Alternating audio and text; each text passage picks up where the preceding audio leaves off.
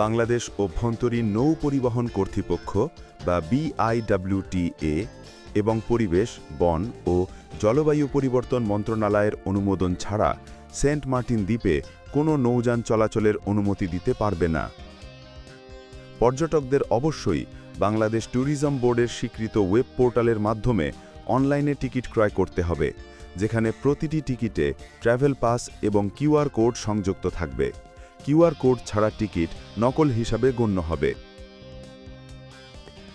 দ্বীপে ভ্রমণের সময়সূচি এবং পর্যটক উপস্থিতিও এবার কঠোরভাবে নিয়ন্ত্রিত থাকবে। নভেম্বর মাসে পর্যটকরা শুধু দিনের বেলায় ভ্রমণ করতে পারবেন, রাত্রিযাপন করা যাবে না। ডিসেম্বর ও জানুয়ারি মাসে রাত্রিযাপনের অনুমতি থাকবে।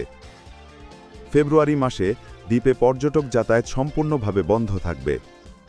প্রতিদিন গড়ে 2000-এর বেশি পর্যটক দ্বীপে ভ্রমণ করতে পারবেন না। সেন্ট মার্টিনের প্রাকৃতিক পরিবেশ অক্ষুণ্ণ রাখতে দ্বীপে রাতে সৈকতে আলো জ্বালানো, শব্দ সৃষ্টি বা বারবিকিউ পার্টি করা নিষিদ্ধ করা হয়েছে। কেয়া বনে প্রবেশ, কেয়া ফল সংগ্রহ বা ক্রয় বিক্রয়, সামুদ্রিক কচ্ছপ, পাখি, প্রবাল, রাজকাঁকড়া, শামুক, ঝিনুক ও অন্যান্য জীববৈচিত্র্যের ক্ষতি করা কঠোরভাবে নিষিদ্ধ।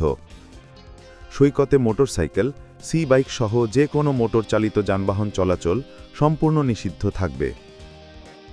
নিষিদ্ধ পলিথিন বহন করা যাবে না এবং একবার ব্যবহার্য প্লাস্টিক যেমন চিপসের প্যাকেট, প্লাস্টিক চামচ, স্ট্র, সাবান ও শ্যাম্পুর মিনি প্যাক, 500 ও 1000 মিলিলিটারের প্লাস্টিক বোতল বহন নিরুৎসাহিত করা হয়েছে। প্লাস্টিকের বোতলের পরিবর্তে পর্যটকদের নিজস্ব পানির ফ্লাস্ক সঙ্গে রাখার পরামর্শ দেওয়া হয়েছে।